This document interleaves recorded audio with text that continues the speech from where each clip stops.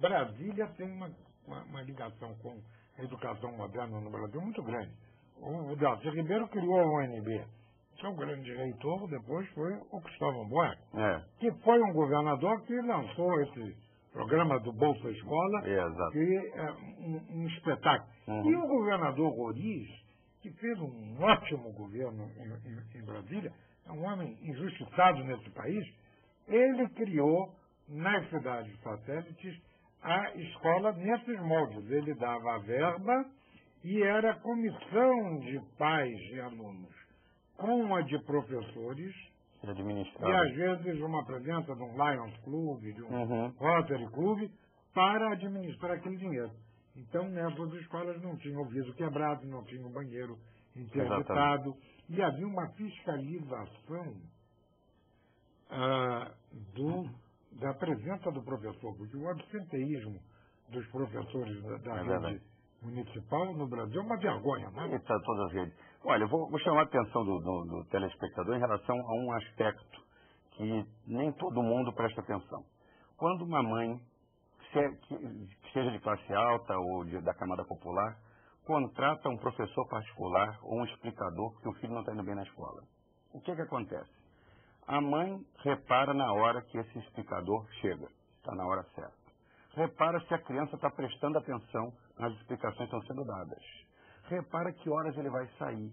E depois acompanha se o aluno aprendeu, conversa com ele e vê se a nota dele está aumentando no bimestre, ou seja, se ele está tendo um resultado daquela aprendizagem. Agora, essa atitude, que é uma atitude que acontece da mãe, que às vezes deixa de comprar alguma coisa para si, às vezes sofre uma privação, a mãe da camada popular deixa de comprar alguma coisa, ou tira uma parcela importante do seu salário para pagar essa explicadora, porque sabe que a criança precisa disso para ter um futuro melhor do que ela, tem uma atitude em relação a essa explicadora completamente diferente da atitude que ela tem em relação à escola. E ela também paga, através dos seus impostos, é ela que sustenta a escola pública. Então, essas atitudes das mães e dos pais em relação a esses professores particulares, se acontecessem em relação às escolas melhorariam, porque se houver uma participação maior, uma cobrança maior, se os pais exigirem que os filhos tenham o seu E agora, com esse salário de R$ 1.200, maior motivo para cobrar, né? Eu vou lhe dizer, eu estive na Coreia, agora, recentemente, em dezembro, o livro mostra experiências educacionais da Coreia, da Finlândia, da Irlanda, a reforma do Bloomberg na cidade de Nova York, 3 vezes a experiência educacional chilena, que teve uma reforma educacional já de 10 anos, e também uma experiência educacional rural na Colômbia, que o recurso não é tudo.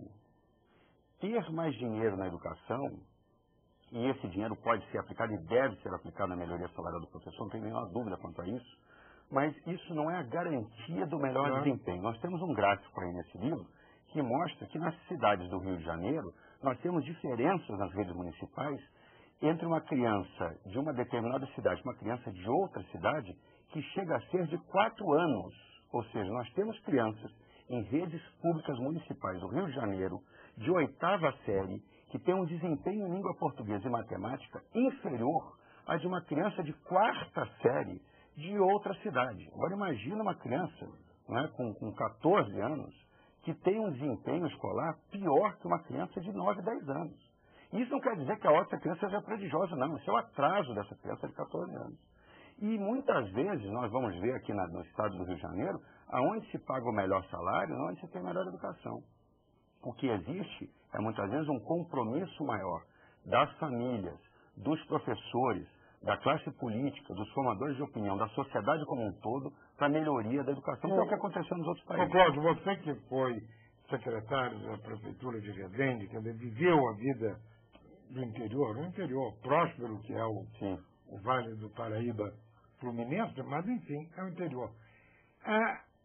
O ensino fundamental no interior é melhor do que nas capitais. Sem dúvida. E o diferencial não seria que lá ainda prevalece a vocação da professora, o amor com que a professora dá aula, ela que se sente um pouco mãe dos seus alunos. Isto não é um diferencial extraordinário que havia antigamente, que depois sumiu. Havia um orgulho de ser professora e havia um prazer de ser uma professora. Olha, Ari, eu tenho certeza que alguma parcela dos professores, quando ouvem isso que você está dizendo, vão dizer que isso não existe, que o que existe é o profissionalismo e o salário. Mas isso que você está dizendo é a mais absoluta verdade. Porque quando nós vamos, eu fui visitar o sistema educacional finlandês, fui visitar as escolas, conversei com os professores, como as escolas que dão certo no sistema educacional de Nova York, como as escolas que dão certo no nosso país e na Colômbia, um país parecido como o nosso. A diferença fundamental está na formação do professor, que aí tem uma relação com o salário, sem dúvida. O melhor salário traz um professor mais qualificado, porque ele vai disputar o mercado de trabalho do magistério, não vai simplesmente ir para a engenharia em vez de para ser professor de física, né? Mas, fora isso, que é uma questão importante, a questão do comprometimento e da motivação, da ideologia de fazer com que o aluno se desenvolva, é o grande diferencial desse país. Sem a menor dúvida, da maior importância.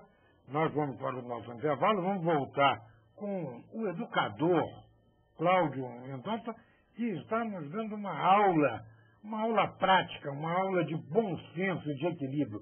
E disse muito bem, a questão do professor é como a do médico, é como a do sacerdote, é uma vocação, é um chamamento. Você não pode ser professor, não pode ser médico, não pode ser religioso, se você não sente que é esta a sua vocação, esta forma de você servir ao próximo, à sociedade e dormir realizado com o que faz. Vamos ao nosso intervalo.